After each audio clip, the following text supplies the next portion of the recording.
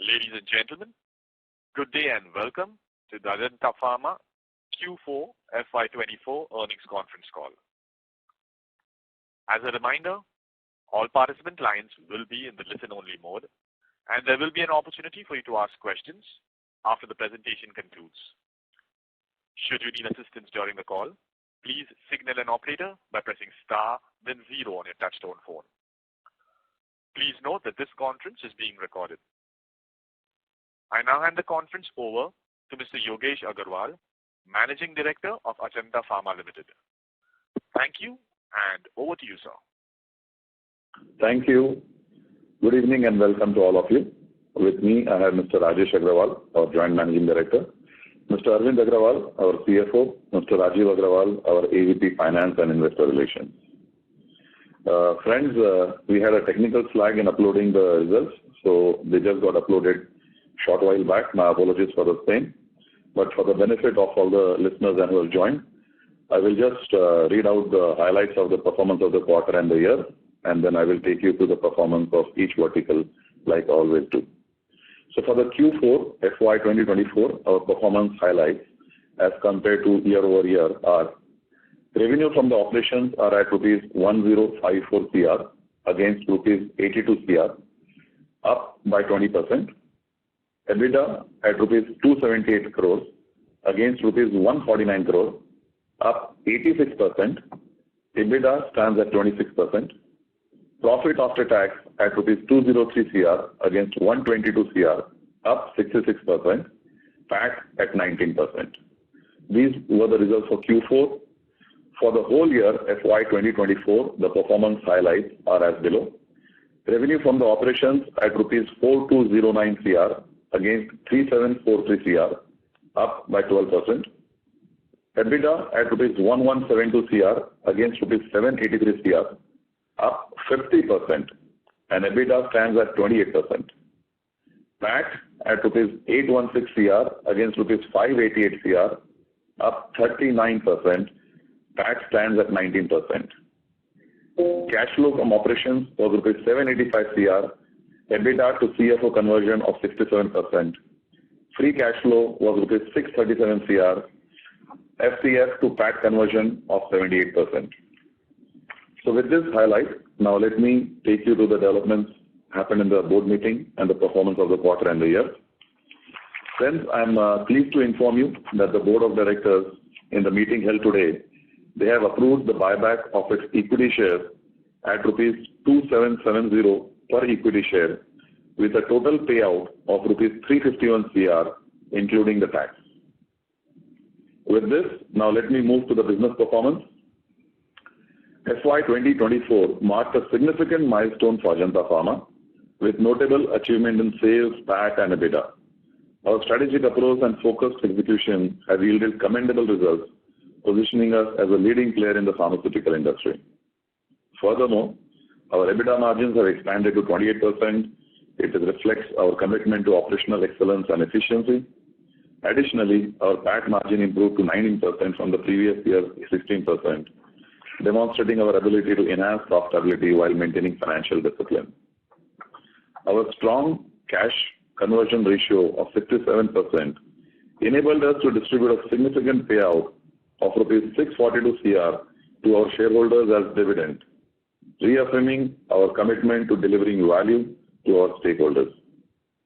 Our dividend yield works out to 2.28% based on the closing price of 31st March 2024, which is amongst the best. Our ROCE stands at 31% and return on net worth at 23% at the end of March 2024, and it continues to improve to be amongst the best in the industry. As we look ahead, we remain focused on sustaining this momentum and driving continued growth with well-thought-out strategy and operational excellence. With a solid foundation in place, we are confident in our ability to capitalize on future opportunities and deliver long-term value to our shareholders. In FY 2024, revenue from operations stood at rupees 4209 crore with EBITDA margin once again bouncing back to 28% and PAT margin at 19% from 21% and 16% previous year. This is a significant improvement from previous year.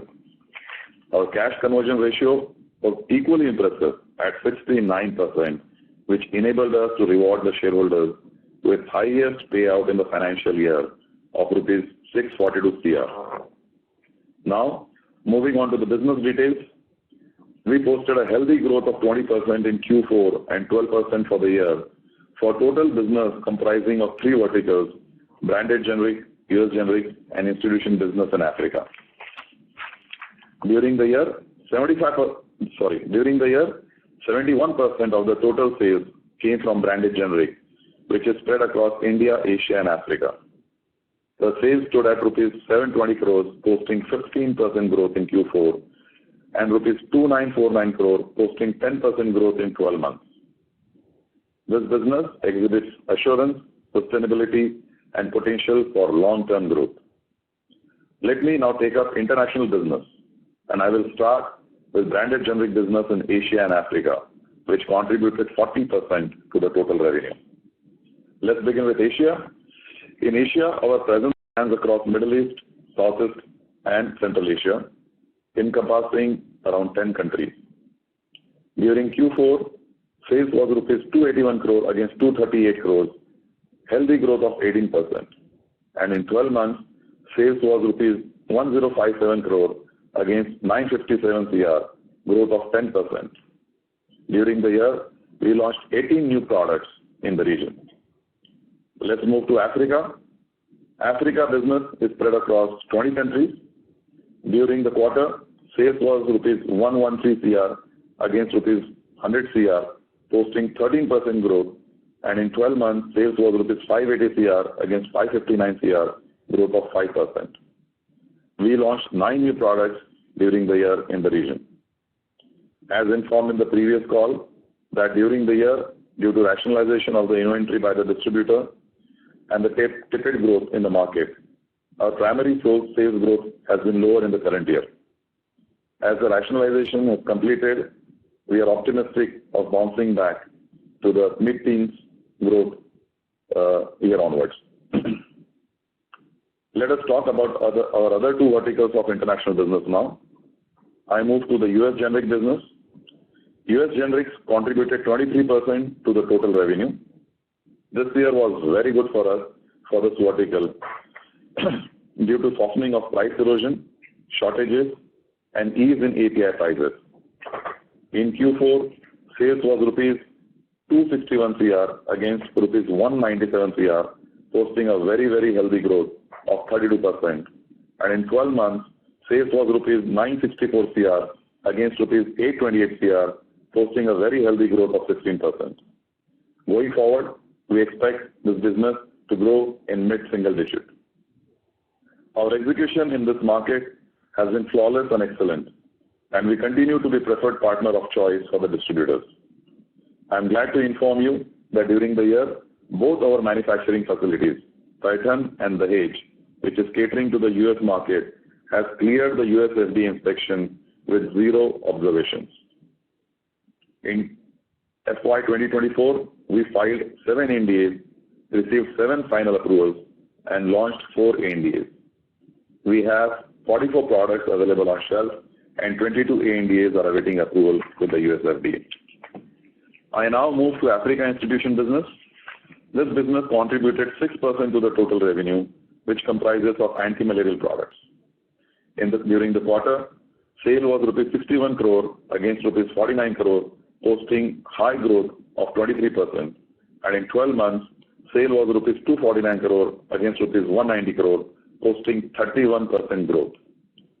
High growth seen in the quarter was the result of preponement of few supplies of the next year required by the procurement agencies. This business remains unpredictable due to reliance on the procurement agency's schedule. Now, I invite Mr. Rajesh Agrawal, our Joint Managing Director, to take you through the India business. Thank you. Thank you. Good evening to all of you. I am delighted to share the key highlights of India business. Our performance has been excellent on the back of increased volumes, price increase, and new product launches.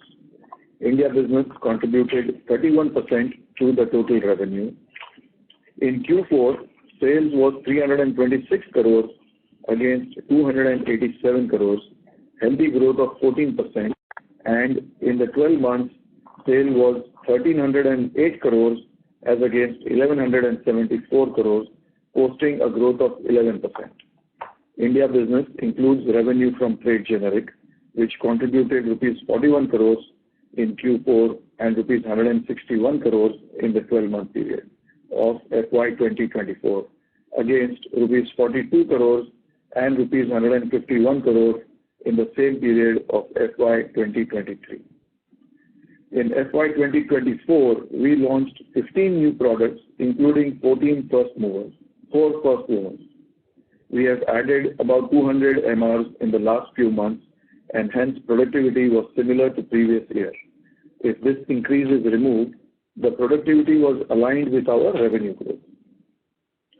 We continue to outpace the IPM by 180 basis points, with Ajanta growing at 9.4%, surpassing the IPM growth of 7.6% as per IQVIA MAC March 2024. This trend extends to most of the therapeutic sectors we are in.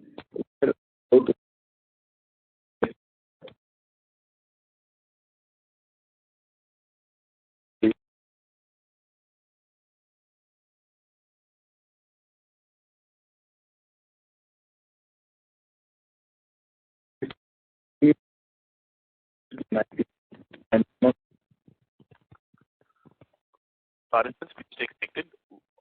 We'll reconnect the line for the management. Thank you.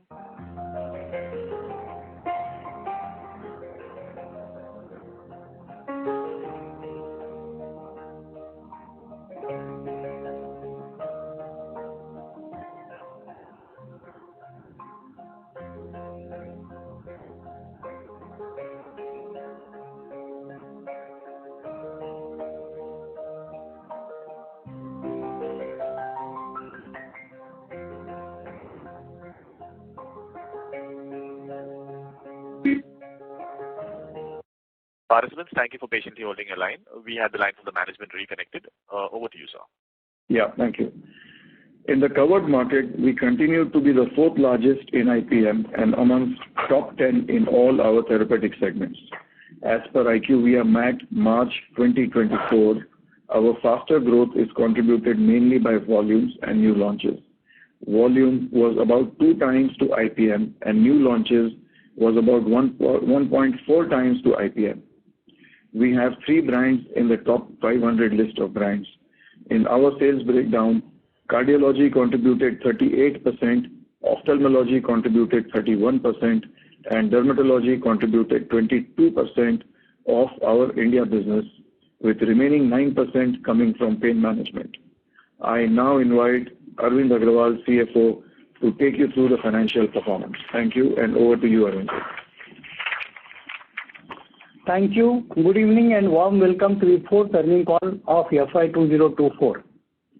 On this call, our discussion includes certain forward-looking statements which are projections or estimates about future events. These estimates reflect management's current expectation about future performance of the company.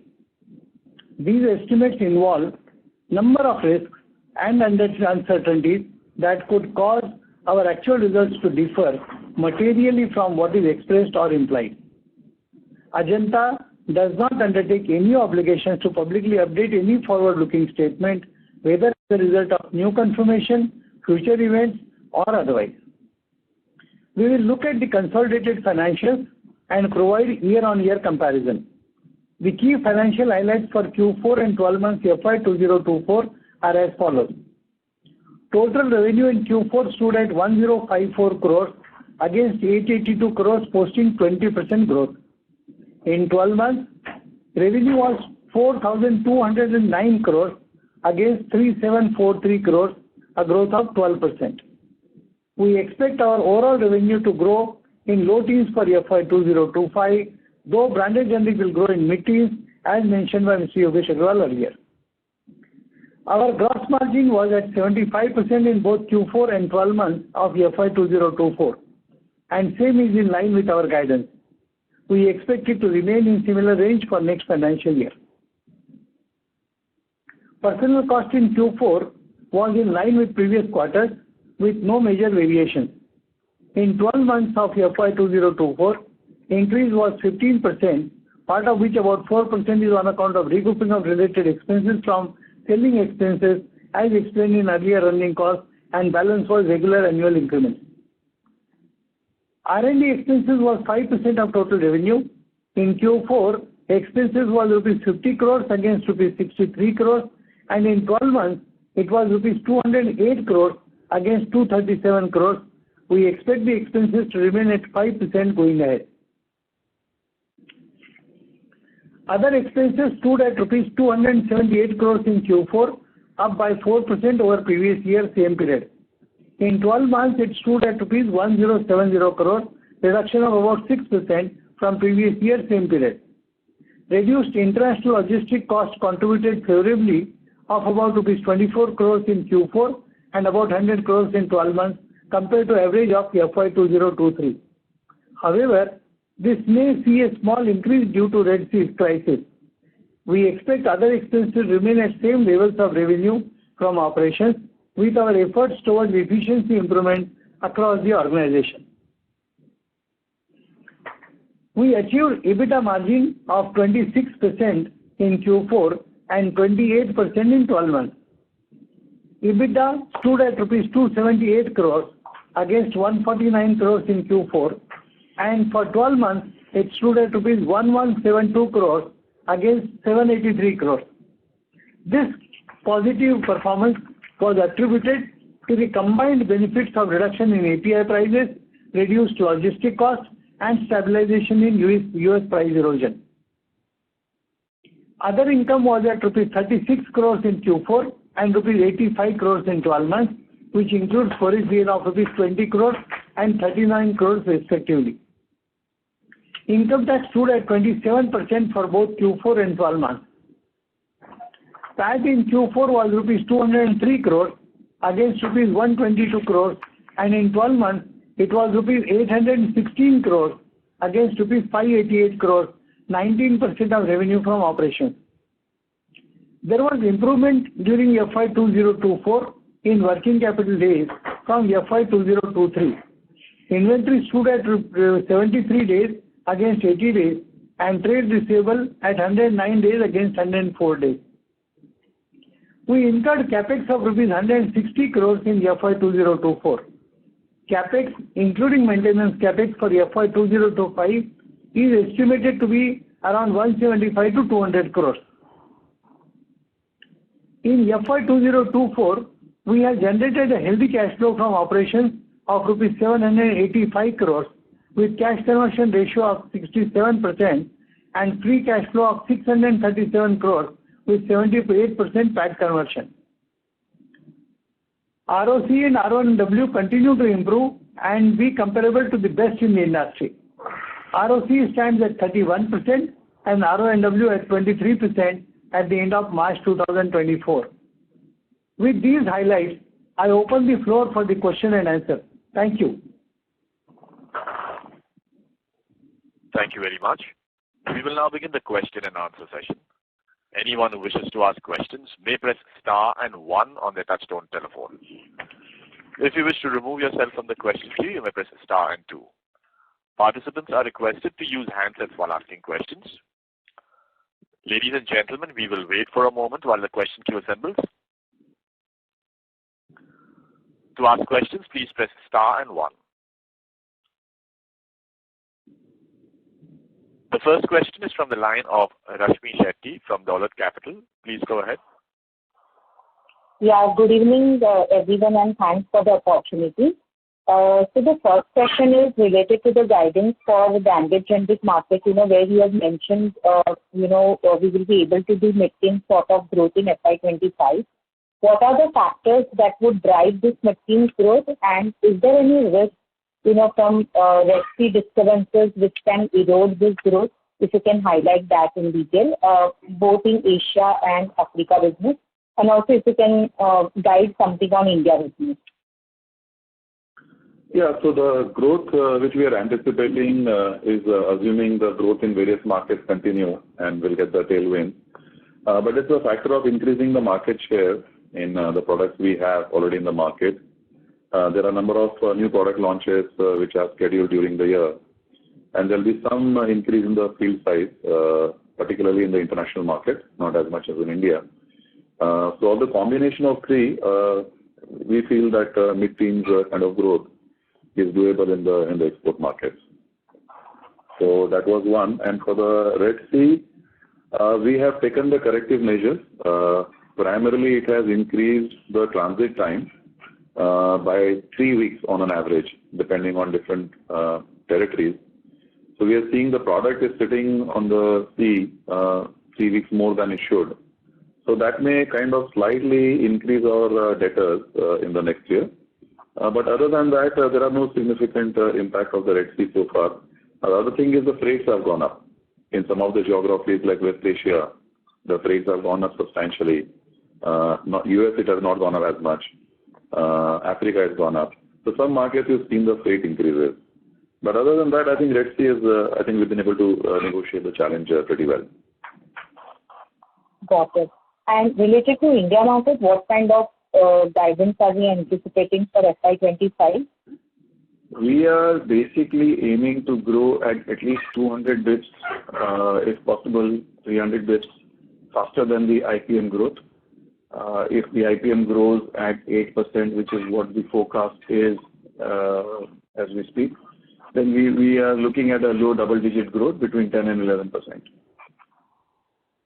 Okay. And on the margin front, because of the Red Sea issues and everything, any impact is expected in Q1 or anything you would like to comment for the full year FY25? From this 28% is the margin trajectory will be going up, or it will remain at the similar level, or if you can give this outlook for 2 years? See, as far as the Red Sea issue or the freight increase is concerned, I think if it remains at the level where it is today in the month of April, I think the overall increase over a previous year will be about 30 crores. That will be the impact. But with that 30 impact, we should be able to absorb that impact, and we should be able to deliver 28% EBITDA. That's what guidance which we have given. If the position improves or some changes happen, in that case, that much impact will be there. But otherwise, as far as we are concerned today, we are expecting the EBITDA to remain at the same level of about 28% if the things are as it is. If we get some tailwinds or some positive things on different sides, market sides, etc., I think 100 basis point improvement should be possible. Understood. And that would be clearly from your operating leverage that would play out in from the branded generic market. Absolutely. Absolutely. Got it. And one last question on the US front. What is the position of, what is the outlook related to the price erosion now? Are you seeing that it is still stable, and do you anticipate that this would continue for the entire year? And therefore, in case if it really happens that way, then do you think that your guidance is a bit conservative? See, our guidance is based on two factors. One is that what will be the price erosion for the existing product portfolio. We are estimating high single digit, maybe 8 to 10% price erosion. We have about 6 new products launched planned for the next year, assuming we get the approval from the FDA as per the timeline, the GDUFA timeline. But most of the approvals are skewed towards the Q3 and Q4 launches. So Q1 we will have 1 launch, maybe Q2 1, and about 4 odd launches will happen Q3, Q4.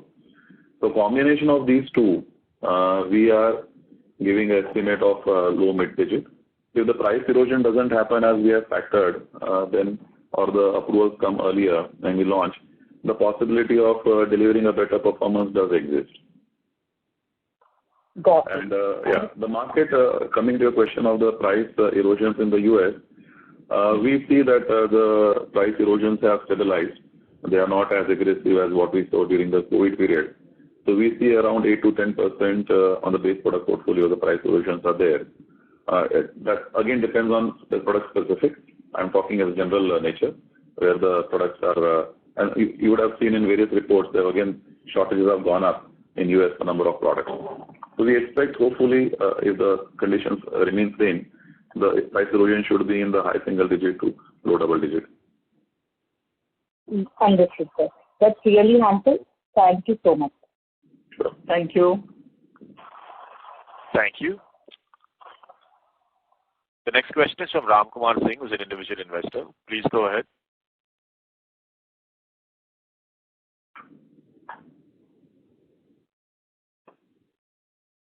Ram Kumar Singh, you may go ahead with the question. Is it Aman Kumar Singh or Ram Kumar Singh? You can continue your question, Ram Kumar Singh. Mr. Ram Kumar Singh. No, I think I registered as an individual shareholder in the name of Aman Kumar Singh. Okay, so you can go ahead. Sure. Okay, so congratulations to the management for doing such a good business in even the entire financial year of FY2024. One thing what actually I am seeing is our company is coming back on rails. In financial year 21, our overall performance was very good in terms of percentages. Like the EBITDA margin was nearly 35%, and the PAT margin was about 23-24%. So how do we can we go back to that kind of a level in coming years? So I think 21 was an aberration. The margins of not only Ajanta, most of the companies, pharma companies got elevated because of the COVID, where the expenses reduced significantly, and that improved the margins of Ajanta and number of companies. So I think those margins should be taken as an aberration. That was not the normal. Our normal was around 28% was the EBITDA, which we were sustaining. And we are confident of delivering that 28% EBITDA going forward also.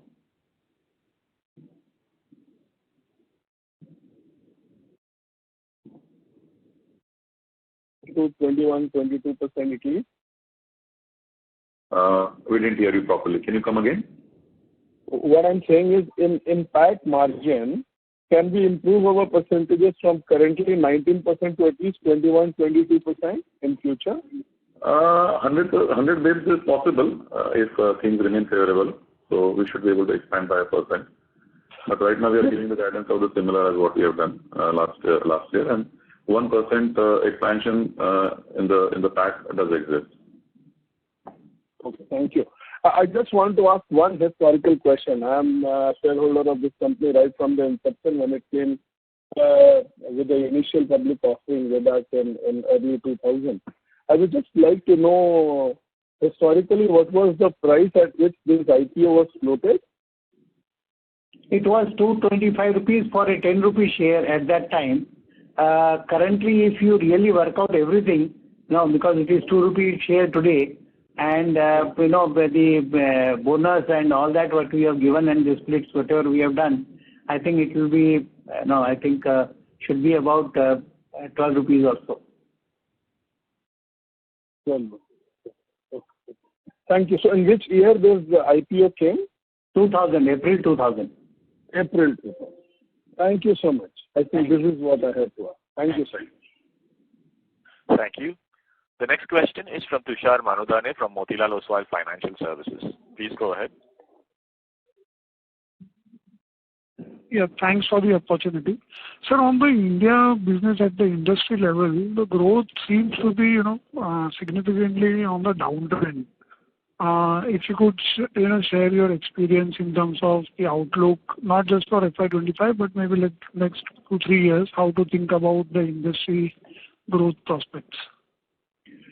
It would be very hard to comment on 2-3 years, but for the coming year, the IQVIA forecast is in the range of around 8 to 9%, and so that is the forecast that we have got from IQVIA, which is what is a respected agency for all of us. Yes, it's been quite an up and down for the India pharma markets. In some months, market has been a bit sluggish. In the other months, it's been very positive. We are actually waiting for it to stabilize to be able to really understand where it's going to go. Okay. Yeah, Vishal. Okay. And just secondly, on Asia market, the last 2 quarters have seen the phenomenal offtake at an absolute sales level from almost 230 to 240 crore average quarterly run rate. Now we are at 280 to 90. So if you could, shed some more light over here, and specifically Asia market, how to think about for next couple of years. So again, the story remains the same, Tushar. We've got good product launches which came. We increased our market share. Clinically, we are executing very well. So clearly a result of good product selection, good strategy in marketing, good understanding of the marketing landscape, good connect with the customers, and a very good execution. We have one of the best supply chain team which is there, and best supply chain, our products are always available. So we are able to encash the opportunities as they come. So no, I think Asia has panned out quite well for the current year. We look at branded generic business of entire global as one bucket. So we forecasted Africa to be slightly higher, Asia to be slightly lower. I think during the year, Asia outperformed and Africa was slightly less than what we had projected. But all in all, we delivered a good result for the year. Going forward also, we are very optimistic that Asia, Africa both, we should be able to deliver the mid-teens to slightly higher than that also possible, that kind of growth. Again, it will be a combination of all, a very, very good sound execution of the strategy. Understood, sir. And to add, I think you'll be happy to know that in our Asia particularly, our chronic portfolio is very, very significant. If you say entire Asia, probably 75 to 80% of our product portfolio in Asia is of chronic nature, which is again a very sticky business, which gives us a lot of leverage of sustainability, scalability. Got you, sir. So just to extend on this, if you could share number of MRs, where we have added MRs in India as well, so total count as we stand at the end of FY2024, and number of MRs in Asia and Africa branded generics. Thank you. So we are not giving out the region-wise split, but in India, our MR stands at around 3,000, around plus minus 50, and entire total is about 5,000. So we have another 2,000 which are there in the international market. Bulk of it is in Africa. Yeah. Okay, thank you. Yeah. Thank you. The next question is from the line of Harsh from Bandhan Asset Management. Please go ahead. Yeah, thank you. Am I audible? Yes. Yes, sir. Go ahead, please. Yeah, hi, sir. Sir, you made a passing comment that you might be looking at adding to the field for international markets. So this is over and above the 50% addition that we have done in the international markets, or I'm not able to understand. That's right. So we are talking on the current year, which we have about 4,900 odd MRs. Overall, we are looking to add about 3 to 4% MR, and most of it will happen, not most of it, all of it will happen in the international markets of Africa and Asia. Okay, so another 200 people, more or less, in the international space. Yeah. Okay, and if you could help us understand, I think in the presentation you have given the segment breakup, India segment breakup, and the performance against IQVIA, but that is at the MAT level. If you could help us understand for the fourth quarter, I'm not able to grasp the data. Fourth quarter segment wise. Okay, let's give me a second. IQVIA, no, IPM versus Ajanta. For fourth quarter. Yeah, maybe for Q4. For Q4 we are not right. I think the March data must have not come by now. No, March data has come, but IQVIA, so we are not comparing IQVIA Q4 versus Ajanta Q4. We have Ajanta Q4 performance. If you wish that to, otherwise you can maybe reach out. At some point you can write to the investor relations and we will come back to you on that. Sure. And lastly, how was the overall cardiology performance for this quarter in particular as compared to the last quarter? Has that differential sort of narrowed down, or are we still seeing signs of weakness, rather competition? Anything on your thoughts? Overall, in cardiology for the last financial year, we have grown at 11%, whereas the segment growth is 10% if I normalize my Metexcel price. If you remember, we have taken an over 18% price reduction in Metexcel, which is the largest brand for us, and that impact brought the growth down to 4% only. But if I normalize that price, our growth would have been 11%. Now, having said that, in Q4, that price impact got nullified by the month of end of Jan or sometime in February. So in Q4, our growth is 14%. In cardiac segment, our growth is 14%. Okay, because of the base getting normalized. That is correct. So Metexcel, whatever reduction we took, got the inventories and everything got normalized. 12-month period got over in January. So we have recorded a growth of 14% in Q4. Against the market growth of any rough sense? 10%. 10%. Okay, all right, sir. Quarter market growth we don't track as per IQVIA. That's something we need to work. But the blended average for the 12 months was 10%. So it may not have been grossly different for Q4 also. Okay, all right. Thank you. Thank you. Okay. Thank you. The next question is from the line of Binu Patiparampil from Elara Capital. Please go ahead. Hi, good afternoon. What's the R&D plan now for the US market? How many NDAs do you plan to file a year? We are looking to file 8 to 12 NDAs in the current year, coming year, FY25. Okay. And then this is sort of a level which should sustain your impact run rate, right? Yeah, exactly. We have enough product pipeline identified. The next 2 to 3 years with the visibility we have, we should be able to sustain this kind of filings every year. Understood. Yeah, other questions answered. Thank you very much. Thank you. Thank you. The next question is from the line of Vishal from Systematics. Please go ahead. Hi, thanks for the opportunity. In the US, would you be able to give a number as to how, on a compounded basis, your prices would have eroded over the last, say, 4 or 5 years? I won't have that number right away with me. As you know, I think last year the erosions were 20% and upwards, 20-25%, just a year after the COVID. And current year we are seeing the price erosions to be in the range of 8 to 11%, again, product specific. Some products are less, some products are stable, some products are slightly high. So I think if you reach out to Rajiv, maybe he'll be able to help you with those numbers if you're looking at a 5-year stagger. But I think before the COVID also the price erosions were on the same similar range. And I think long back when the consolidation happened with the customer, that time we had again seen 20-25% price erosion. It stabilized, and again during the COVID time the price erosion happened again. Yeah. So you mean 8 to 10% on a portfolio level is what Correct. We are still witnessing? Correct. But do we still have room to cut prices? Because having seen erosion for the last so many years, so would the business not become unviable if these prices continue to go down every year at such rates? Exactly. So as I said, I'm saying as average, product specific. There could be price increases also.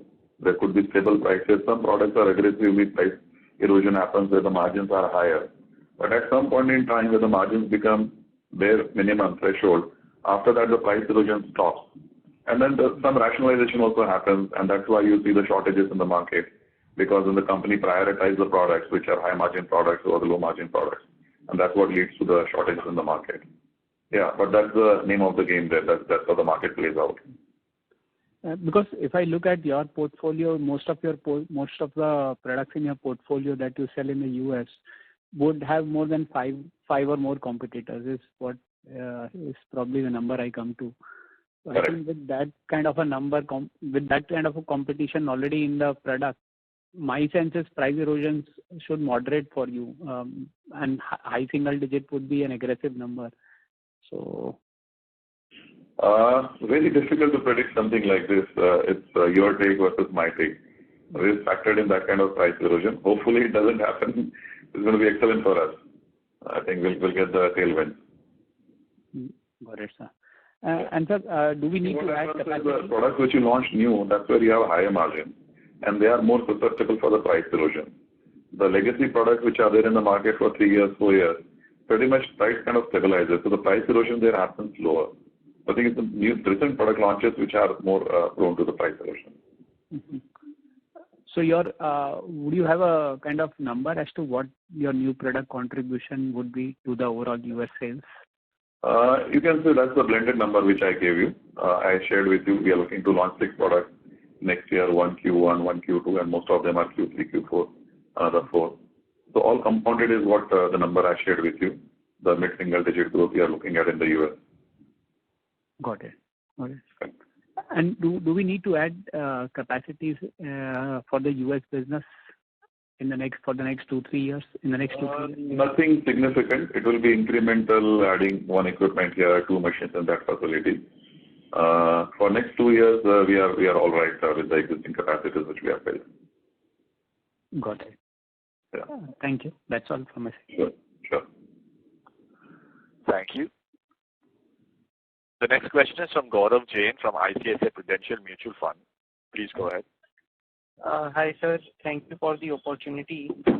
On the domestic business, if you can help us understand what is the strategy going to be for FY25 in terms of therapy-wise growth. Will it be majorly on the back of cardiac ophthalmology derma that we are targeting this ahead of IPM growth, or is there the other therapies where we expect the growth to be faster? And yeah, that is first question. So we are present only in 4 therapies, out of which 3 contribute more than 90% to the India business. And all of 3 therapies we aim to grow faster than the therapeutic segments. Derma we are aiming to grow fastest within our portfolio, followed by ophthalmology and followed by cardiology.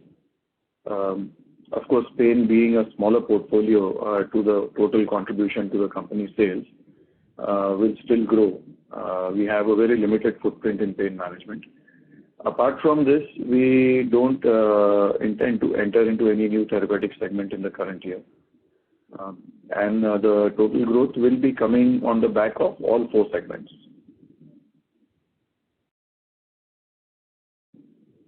Okay, got it. Thank you. Thank you. Thank you. The next question is from the line of Forum Parekh from Sharekhan. Please go ahead. Thank you for the opportunity. Sir, I just wanted to understand, since you have given a good outlook for the next year in terms of branded generics being able to grow in mid-double digits, and US economy, US growth also expected to do good because of shortages and all, and also Red Sea crisis is not going to have major impact on the cost. So may I understand why the EBITDA margin guidance is still flat despite the good outlook? So a few factors. One is that the expenses are going up, and the second is we've factored in about 30-35 crores for the current prevailing prices for the freight. So that will eat up a little bit. There'll be increase in the manpower, as I told you. We are adding 200 people. All this is good for the future growth. So increase in the general promo expenses, increase in the freight, and increase on the people, particularly in the field. I think combination of that, we are looking at EBITDA of the selling at the current level. Okay, but in next 2 years down the line, can we expect it goes up above 30%? I mean, since the base is already now at 28, so can we have this kind of numbers built in? It's I think too far off this thing to share you outlook like that. As our CFO mentioned, in the current year itself, the possibility of improving the EBITDA or PAT by 1% exists if all things remain good. I think 2 years is a bit long time for me to comment because we don't know how the price erosions in US will happen, what kind of product approvals we'll get in various markets, what kind of people we will be adding. But having said that, it should all head into the positive direction only. There is no reason it should go back from where we are right now. Okay. And sir, my second question is on the Indian market. Could you explain about the trade generic segment? I mean, since there are many competitors coming up, so how do you really see the trade generic segment growing in India? The trade generic segment is growing rapidly, and so have we. We have grown in the last 5 years. We have scaled the business quite well, especially in the small product portfolio that we maintain. So it's expected to grow at par with the IPM growth rate or maybe slightly more. Unfortunately, IQVIA does not track the trade generic market very closely or give too many forecasts on that. So it's very hard to forecast where the growth rates are heading. Okay. And so could you just elaborate in the trade generics which therapy is, I mean, we have higher contribution towards which therapy? Almost like the industry portfolio, antibiotics and painkillers contribute significantly to our portfolio also. And then followed by that, we have a large presence in cardiology, diabetology. These are the products. Of course, gastro also contributes significantly to the overall sales composition of the trade generic sales. So these are the top segments for us. Okay, that's helpful. Thank you. Yeah, thank you. Thank you. The next question is from the line of Binu Patarampil from Elara Capital. Please go ahead. Hi, thanks for taking my question, team. We have been in the market to acquire something in the domestic market. Of course, the valuations were beyond what comforts us. How is the situation now? Is there anything happening there, or still valuations or the ask rates are really high? See, the valuations have tapered down to some extent, but again, it depends on, the target to target. Some of the targets have really seen some valuation tapering down, but that portfolio was not very suitable to us. However, if there is a premium portfolio which we are really looking at, I think more of the specialty and all that, I think still the valuations are a little high, but there are not many opportunities, so actually speaking, in the market. Okay, so for premium portfolios, the valuation has been corrected enough? Yes. Okay, got it. Thank you. Thank you. Thank you. The next question is from Abdul Qadir from ICICI Securities. Please go ahead. Yeah, hi sir. Thank you for the opportunity. So just one question from my end with regards to your India business growth. So earlier when you said you anticipate to grow 200 to 300 bps higher than the market growth of 8%, and your cardiac portfolio is already growing close to 14%, and for next year you're anticipating the derma and ophthalm portfolio to grow a little faster. So, I mean, I'm just not able to reconcile, when we look at these growth figures versus the guidance, any reason to be a little optimistic or a little conservative here? No, the basic premise, you cannot annualize 1 quarter growth, and we cannot say, because there are lots of pressures and different quarters have different challenges. So since we have grown 14% in Q4 FY24, does not allow us the luxury to continue to grow at 14% for the whole year. There will be challenges in between. Overall, as per our forecast, our projections, budget that we have planned, we estimate to grow at about 11%. So if we are able to achieve that, I think it will be a satisfactory achievement, especially given that the market itself is growing only at about 8.5%. between 8 to 9%. Understood, sir.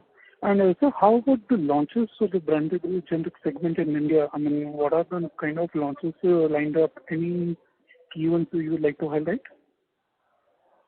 We cannot disclose too much, but we are at par with the day one launches that are taking place in the industry, especially in the anti-diabetic portfolio as well as in the cardiovascular portfolio. We have one or two interesting ophthalmic products also lined up, and so it is in dermatology. So we have new product pipeline across all the 4 segments. Sure. Lastly, just a bookkeeping question. Apologies for this. I joined the line a little late. But so what is the tax rate guidance we are guiding for the next year? So I think it should remain either at the same level or maybe an improvement of about 100 basis points. Understood, sir. Okay, and wish you all the best. Thank you. Thank you. Thank you. The next question is from the line of Shrikant Akolkar from Nuvama. Please go ahead. Hi, good evening. Thanks for the opportunity. I have 3 questions. First question is on the institutional business. FY24 was a good year. So can you comment on this performance and the outlook of this business? As I always share, this is very unpredictable. This is a combination of how much funds are there with the buyers, global buyers, and what is the outbreak of malaria in the region. So if the malaria outbreak is higher and the demand is higher, then these agencies will procure more. So last year the procurement has been very good. Again, our spotless supply chain has enabled us to get the maximum market share for this segment. The combination of good fund availability with the buyers, there was a malaria requirement, and our amazing supply chain, combination of that 3 has resulted. And as I said, in our current quarter, the order which was given for the next quarter supply, we were ready with that. And there was a demand by the customer. So we could ship that also in this quarter. That's why some of the sales of the next quarter got included in this quarter. Next year, we are estimating it to be probably flattish or maybe slight degrowth. Again, there is no guidance given on that because there is nothing in our control there. All control we have is to execute the orders well in time. Understood. And going by FY24 EBITDA margin performance, how should we see the US margins in FY24? And if you can comment, which are the most profitable segments in terms of margins for you currently? See, we don't give out the margin details segment-wise. But what I can only say is that, as we mentioned earlier also, we are expecting the EBITDA margin to remain at the same level or maximum improvement about 100 basis points in the coming year based on the way the freight rates and the API rates move. 28% is for sure. That is what we are expecting. But provided there are favorable things on the freight rates, etc., we should be able to improve about 1% on that side. Understood. But if I want to rephrase my question, then is it possible to provide some color on the contribution of US EBITDA to the total EBITDA? If some color, some ballpark number should be helpful. No, that is something which we don't give out. All right. And last question on the API pricing environment, which we are saying has been easing for last, I think, few months. So if you can talk about what is happening on that part, is it China selling aggressively, or do you think it is just prices that have reacted? And how long do you think that these benefits can sustain? Thank you. Overall, we've seen globally the inflation has kind of stabilized and kind of reduced. So it has gone up to a level which was unprecedented and unseen. That was not sustainable. So good amount of it is just cooling off of those rates which had gone up because of the disruptions in supply chain, because of the COVID. The ships got stuck, containers were not moving. The freight rate had ballooned to an insane level. Some people had to import the materials by air. So now since the supply chain has kind of organized, the freight rate has reduced significantly. That has helped. So the demand also is there. So the capacities have come back. So it's a combination of all that. Primarily the cooling off of the prices which had gone up post-COVID is what we are seeing right now. We believe, I think, given the current environment, it should sustain at the current level, the pricing, the API prices. All right. Thank you so much and all the best. Thank you. Thank you. The next question is from the line of Ankush from Axis Securities. Please go ahead. Thank you, sir, and congrats for a good set of numbers. Sir, we have a plan to launch 5 to 6 products in the US market. Can you provide us with some sense what is the total addressable market for these products? We don't give out the granular details. So let's see how the scenario plays out in US. Yeah. So, any big drug that we are launching in the US market, some kind of sense? Sorry, I'll not be able to share the product specific commentary on this. So, sir, just another one is that we have seen that API prices are stabilizing now.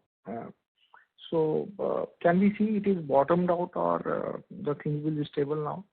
The chances are more that it could come down further. I think it should stabilize. There's no way to predict how it's going to play out, but we kind of see that it cooled off quite a bit. So it should probably sustain at this level now. Okay. Thank you, sir. Thanks, sir. Thank you. The next question is from the line of Kunal Randeria from Axis Capital. Please go ahead.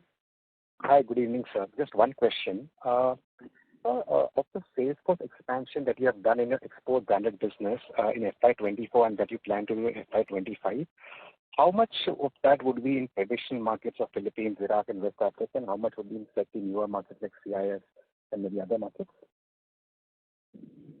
It is difficult, Kunal, to give you the territory-wise number, but the total number, whatever we have added in the last 3 years, if you have seen, we have doubled it from 900 to 1800, and another 200 is something which we are expecting to add. And it all depends on which territory and how it is moving. So where we are adding the divisions and products, etc. So I think that granular number will be little difficult.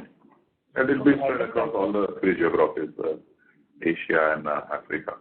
No, I understand. What I wanted to know is not individual markets, but more like traditional markets versus your, let's say, slightly newer markets. So if you've added 100, would 60, 70 be from your, Philippines, Iraq kind of market, something like that? Yes, correct. That's right. It will be tilt will be higher towards the existing market of Africa and Asia, where we already have a presence. Right, sir. And sir, any new markets that you're targeting in Asia and Africa besides that ones that you're already present and have a good strong presence? Yes, there are some markets which our business development team is working on, but they are quite early in the discussions and are making our strategy. Still a bit early to talk, but there are 2-3 more countries which we are looking at and making our strategy to enter those markets. Okay, sir. Got it. Thank you and all the best. Thank you. Thank you very much. That was the last question in queue. I would now like to hand the conference back to Mr. Yogesh Agrawal for closing comments. Thank you everyone for joining this call. In case if there are any further questions that remain unanswered, please reach out to our investor relations team. Once again, thank you. Thank you, everybody. Thank you very much. On behalf of Ajanta Pharma, that concludes this conference. Thank you for joining us, ladies and gentlemen. You may now disconnect your lines.